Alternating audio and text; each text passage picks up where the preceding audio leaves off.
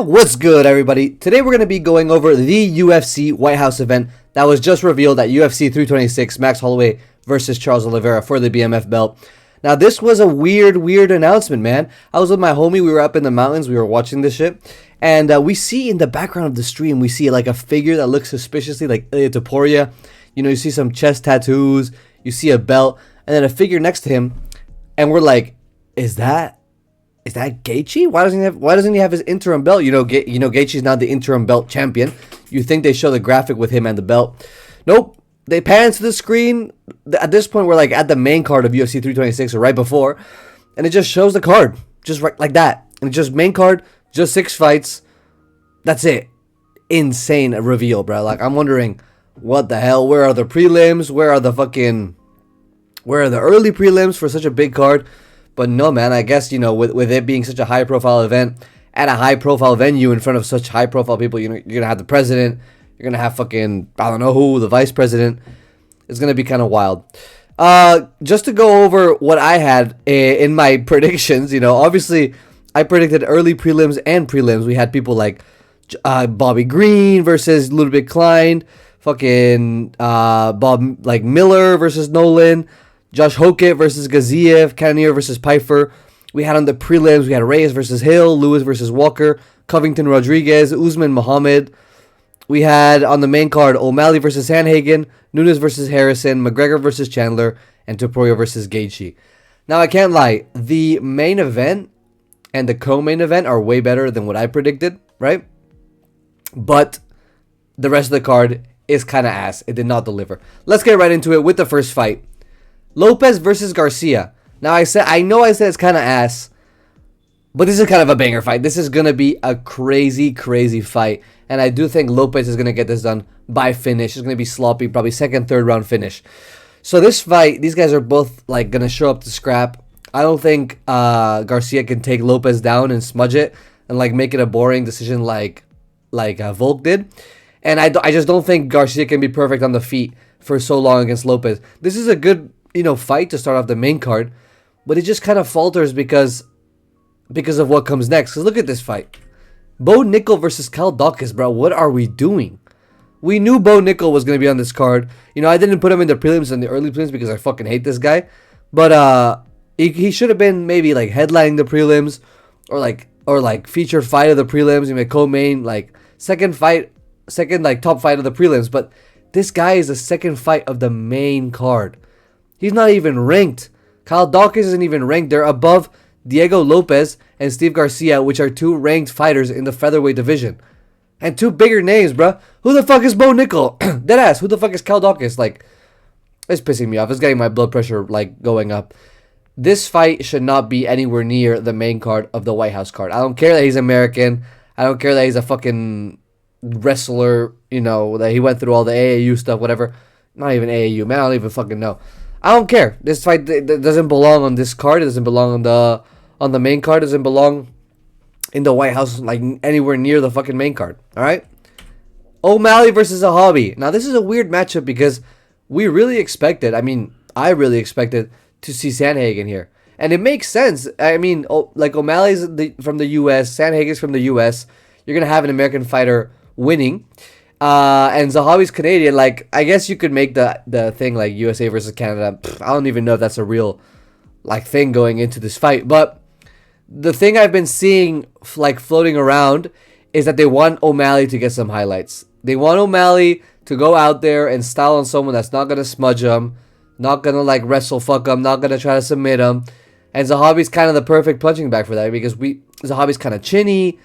This could be a second, maybe late first round knockout, spark him out cold. He's on a good, long fight streak. And if he wins this fight, which is very winnable for O'Malley, and I actually would pick O'Malley in this matchup, he's right back in there, title contention. Put him up against Jan next on his own card. It's good, man. It's good. Honestly, as a fight in its own, it's good. For the White House card, though, I don't know, man. It's not convincing me at all. You know what I mean? It's just not convincing. Next. Roofy versus Chandler, bruh. God motherfucking damn. Michael Chandler, I'm sorry, brother. Your time has come. Your blockhead time has come. it's really over, bruh. It's really never been more over for Michael Chandler. I mean, at least he got on the White House card. They like wanted to put him against McGregor, and they just put him against McGregor from Temu, bruh. This is a really, like, if Chandler was in his prime and he was still like explosive and shit, this would be a good fight. But at this point in their careers, Rufi's just gonna manhandle Chandler. I can't see Chandler doing really much of anything, and I see this actually being like a really bloody 3-round decision, where Rufi just pieces Michael Chandler up at range, just cooking him, maybe rocks him like once or twice every round, couple 10-8 rounds thrown in there, and then just it's over. Like, Michael Chandler, brother, I'm sorry. I'm sorry they had to do this to you, man. God damn. Co-main event, Pereira versus Gon. Now, this is a banger. You guys know I love Alex Pereira going up, challenging Gon for the interim heavyweight title. As we know, Tom Aspinall's out. If Tom Aspinall was here, maybe it would be Tom Aspinall versus Pereira, assuming he'd beat Gon already. But, you know, Tom Aspinall's gone. Hopefully he'll come back. He is the reigning heavyweight champion. He does deserve that belt and that title above anyone else in that division. And I would pick him to beat Pereira.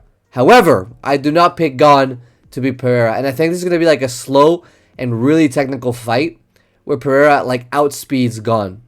Completely outspeeds him. And I think for the first time in Pereira's career, he's going to outspeed someone. Because usually he's more of like an outpower guy. He lands the calf kicks and they look like they're too fast. But in reality, the thing is that they have no tell. Like, the fact that they have no tell makes it so hard to check. But like speed-wise, he completely mogs Gon. And I think this is going to be a real... It's not going to be an easy matchup, but I think Pereira is going to make it look easy. Because for the first time in I don't know how many fights, he's not going to have to be worried about the takedowns. He wasn't worried about the takedowns against Izzy, either one of the two fights. He wasn't worried against Strickland, even though he should have been, because that was the game plan if Strickland followed it. But then before and after that, he's been worried the whole time, bro. Michailidis, in his debut, he was aiming to take him down. Ankalaev tried to take him down a bunch of times. Jan Blachowicz took him down. Yuri attempted a couple takedowns. Actually took him down in their first round of the first fight, I believe. Who else? He didn't have to worry against Jamal Hill, although maybe he thought he would have. And yeah, man, like this is just an interesting matchup. I think Pereira, it's been so long since he just had like a striker versus striker matchup that he's going to do great. And I don't see him losing this fight, all right, in the slightest. And to the main event. I'm sorry, Justin. Again, your time has come, buddy. Oh, man. It's like Michael Chandler all over again. It's never been so over, bruh. This guy got the interim belt. And next up, he's against Topuria. Bro, I just saw a thing on Instagram talking, like Topuria was talking about Islam ducking him. Apparently, Islam and Topuria was the fight to headline the main card of the White House card. But Islam had to pull out for an injury.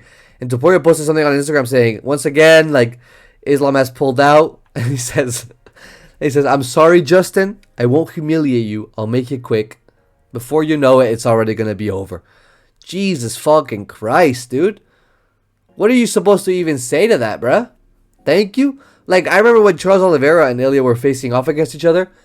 Bro, Charles was like, or Ilya was like, yo, I'm sorry, Charles. I didn't want it to be you. And Oliver's like, I know, brother. Like, what? And he walked out crying to the fight. Man, Justin Gaethje. I could just imagine seeing Justin Gaethje's face on the night of the fight. He's gonna be like scared shitless walking into the cage.